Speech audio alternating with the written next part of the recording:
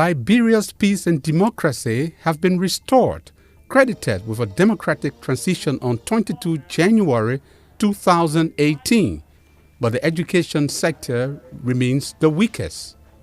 Public schools in urban, suburban, and rural communities lack basic learning resources for the Liberian children to acquire the adequate education needed to progressively sail the country into its future.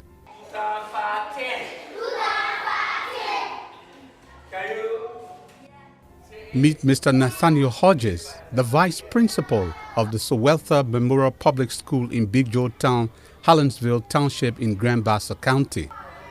Mr. Hodges teaches the pre-primary classes as a self-contained teacher. You can see the stress he goes through to teach each class. The principal of the school could not overemphasize the difficulties. It's very tedious for only 3 persons, the principal, the vice principal, and the registrar. So that means that we don't have teacher because we are all office staff. So our greatest challenge is the teacher, the teaching staff. We don't have teaching staff. We have made so many appeals to the past administration of the ministry down here, but to no avail. Yes. Mathematics.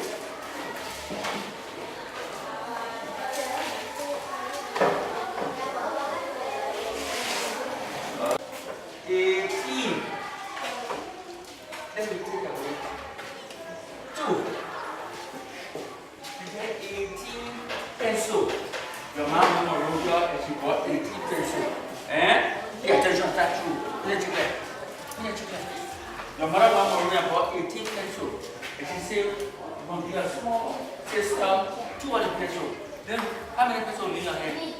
One of the most important factors in raising student achievement is a highly qualified teacher. Research shows that teacher subject matter knowledge is greatly associated with subject learning in this era of high standards and high expectations. Having a highly qualified teacher has never been more important. Low student to teacher ratio allows the teacher to better manage the class. When a teacher has fewer students to observe, then smaller things can be quickly picked up on and, if needed, acted upon. Low student to teacher ratio is really important so that a teacher can be more effective in his or her position.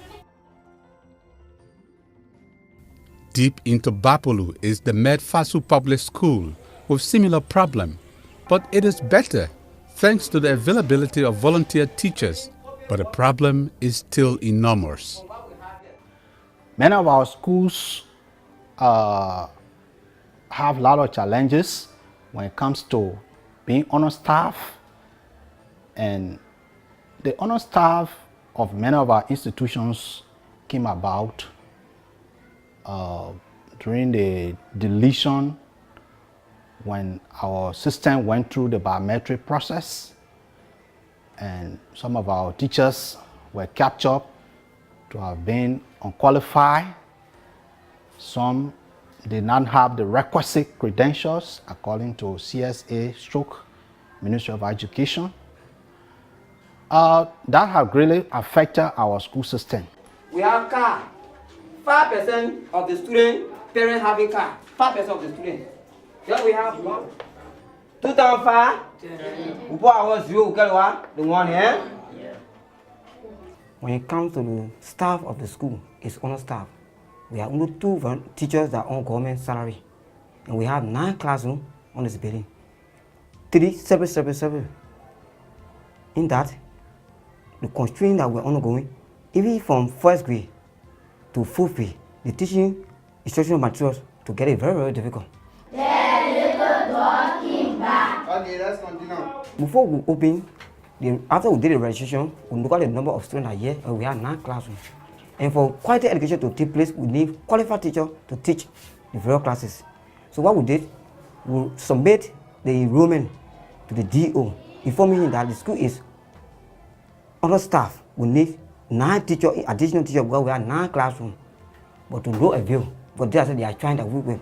Because the information that we got was that most of our brothers that were teaching or fathers that were teaching, their names have been deleted from the system. And because of the low salary, some of our brothers are not encouraged to come on the teaching field. Some of our brothers went to care teacher, they graduated, they came back, they're not willing to come in the classroom because of the low salary. Liberia's youthful population has high expectations for quality and affordable education.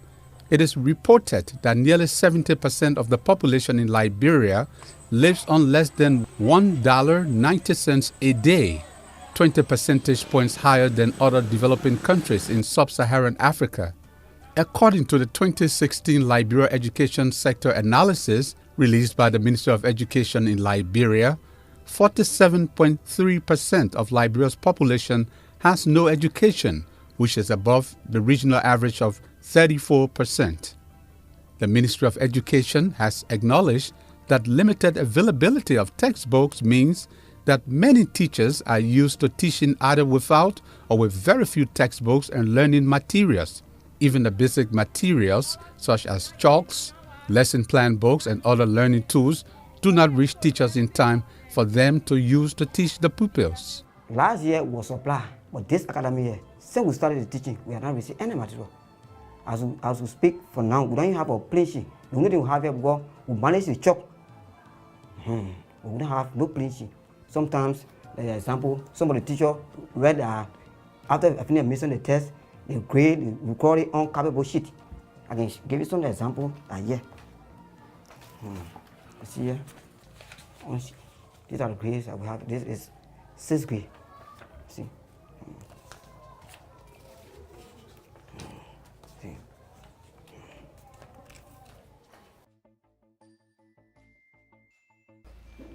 No stationery, no textbooks. One of the essential, most significant, to the administration, textbooks. Significant progress has been made to erect schools in places. The situation with school infrastructure has improved massively over the past decade. Currently, there are close to 3,000 government schools in Liberia, but some of these infrastructure lack basic facilities such as adequate latrines for both genders of students and teachers as well. Education partners have been helping to remedy the situation, but a need for government to conclusively solve the problem is needed. Even classrooms per grade are still a nightmare. In the Suweltha Memorial Public School in Big Joe Town, this is glaring. International declarations recognize that states should spend at least 6% of their GDP and or at least 20% of their national budgets on education in order to achieve quality education for all. Let us understand that we are down when it comes to education. The mess that we are in, we almost help to push it up to the best. So this cannot absolutely be done by one sector, but it must be done by all sectors, meaning the executive, the judiciary, the legislature. It must be collective. We must draw everybody to this one umbrella, under this one umbrella, so that we can support education in Liberia. The new government has projected $5 million for education in the 2018-2019 budget. This, they indicated, will be predominantly used for the construction of laboratories, libraries, and armchairs for public instructional schools. The need for increasing the funding for education is gravely needed so as to alleviate some of the challenges immediately. The Liberian government needs to increase the number of qualified teachers and school support staffers to enable the preparation of the nation's future generation. Government also needs to look towards revolutionizing the distribution of learning materials and furniture. The hope is high, and Liberians expect the Pro-Po government to provide education to Liberian students to enable them to be on par with other students internationally. We will improve our educational system,